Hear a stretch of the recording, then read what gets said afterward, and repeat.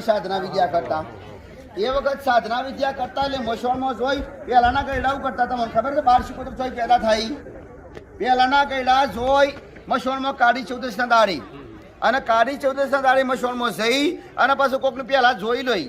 ખબર હોય કે અઠવાડિયા પહેલા કે 2 દાડા પહેલા 4 દાડા પહેલા કે મહિના પહેલા કઈ સોડી ચોકન દાટી હતી પહેલા દાટતા સોડીને દાટે જેની ખબર છે ને તો એ દાટી જોઈ આવું અને જોઈને પછી એ સોરીનું શરીર કાઢ પેલા ગયેલા આટલા તાકાતવાળા હતા તાણે વિદ્યા કામ કરતી તડાકા ને ભડાકા આમ શબ્દ પડે ને ભડાકો કરતી માતાઓ એ ચાલે અસલ કુંવારી સોરીનો કારજો ખાતી માતાઓ અને એ ચોથી લાવતા હતા એ મસવાણમાંથી લાવતા હતા તો બજારમાં નતો મળતો કોઈ ગીતા મંદિર બી એ ભાઈ મસવાણમાંથી કાઢી લાવું અને મસોળમાંથી પેલા નક્કી કરેલો જોઈ લો કે ચોકન દાટી છે કોની સોડી મરી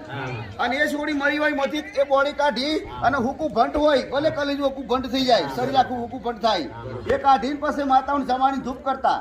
અને જે સોડીનું કાઢી હોય અને એ સોડીનું પેલા જીવતી કરતા એવું તો આપણે કે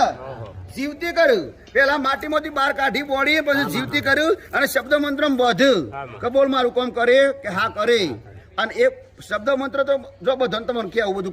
ખોટું છે પણ મંત્ર બોધતા અને મંત્ર બોધતા એટલે પેલા કોકની છોડી હતી મરી જઈ એટલે દેવ થઈ ગઈ અને બોડી પડી હતી દાટેલી અને તમારા વડીલો મંત્રથી એને કાઢી તંત્ર મંત્રથી એને ઊભી કરી જીવતી કરી અને જીવતી કરી પછી મંત્ર બોધી અને પાછી મંત્રો કાઢી લીધા એ આત્મા બહાર નીકળી જવું આત્મા બહાર નીકળે બોડી પાછી હતી એમ થઈ જઈ અને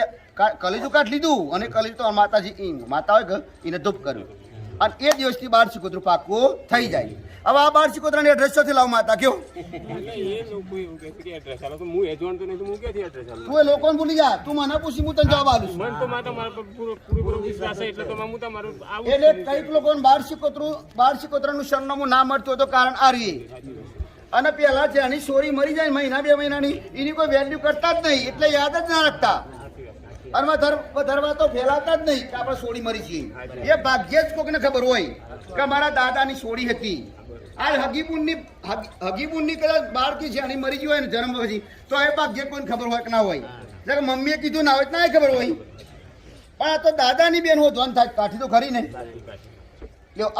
હું તમને કદાચ કહી દઉં અને મોનો આમ ના આવે તો જાઓ તમારા દાદાને મોસમથી પૂછ્યો એ ચોથી ના રસ્તા જો એના કરતા જેને વિશ્વાસ ના પૂછો કે મારા પર તો વિશ્વાસ પૂછો ના વિશ્વાસ ના પૂછો તમે ફટકો બચી ગયો